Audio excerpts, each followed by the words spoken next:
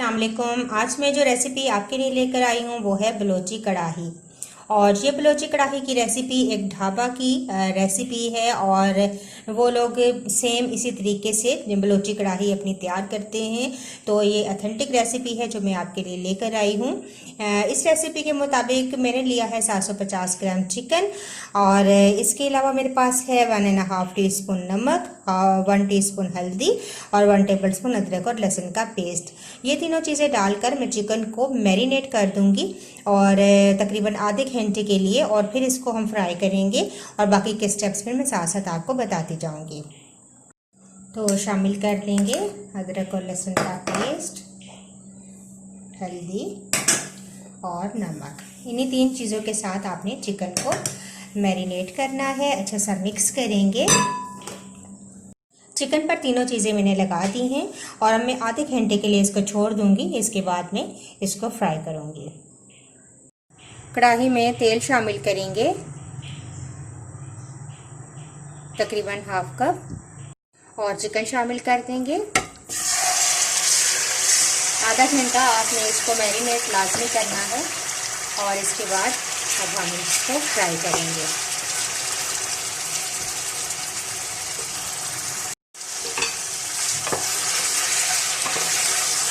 अच्छा सा चिकन को फ्राई करेंगे ताकि इसका कलर चेंज हो जाए।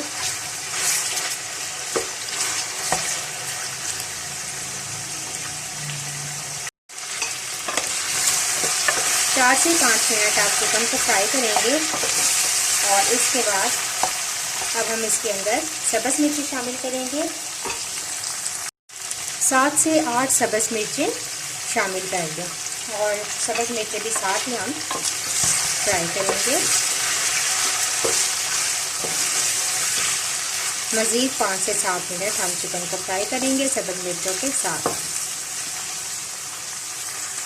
तो देखिए 5 मिनट मज़ीद गुजर चुके हैं और सब्ज़ मिर्चों के साथ मैंने चिकन को फ्राई किया है। अब हम चिकन को निकाल लेंगे और सब्ज़ मिर्चें हम नहीं निकालेंगे, उनके साथ ही हम मज़ीद मसाला तैयार करेंगे। तो तमाम चिकन मैं निकाल लेती हूँ।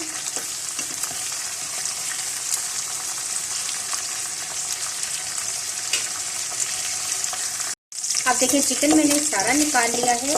सब्ज़ मिर्चें यहीं पे रहेंगी, मज़ीद से फ्राई होंगी और साथ ही मैं शामिल कर दूंगी 2 टेबल स्पून भुना और पिसा हुआ धनिया और 1 टेबल स्पून भुना और पिसा हुआ सफ़ेद ज़ीरा शामिल करेंगे। आंच आप हल्की रखेंगे और हल्की आंच पर ये मसाले भुनेंगे। अभी पानी ऐड नहीं करेंगे हम।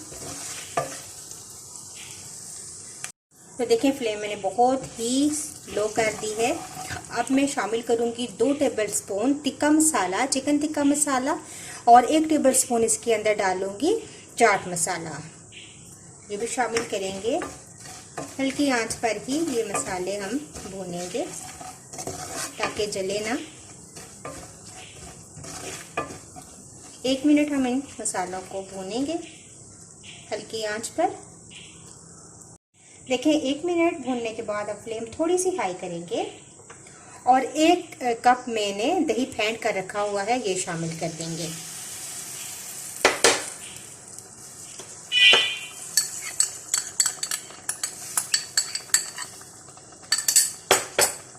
इसको मिक्स करेंगे।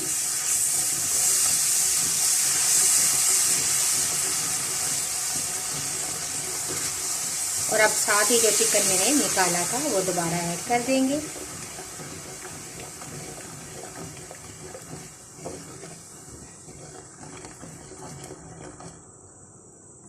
चिकन शामिल कर देते हैं।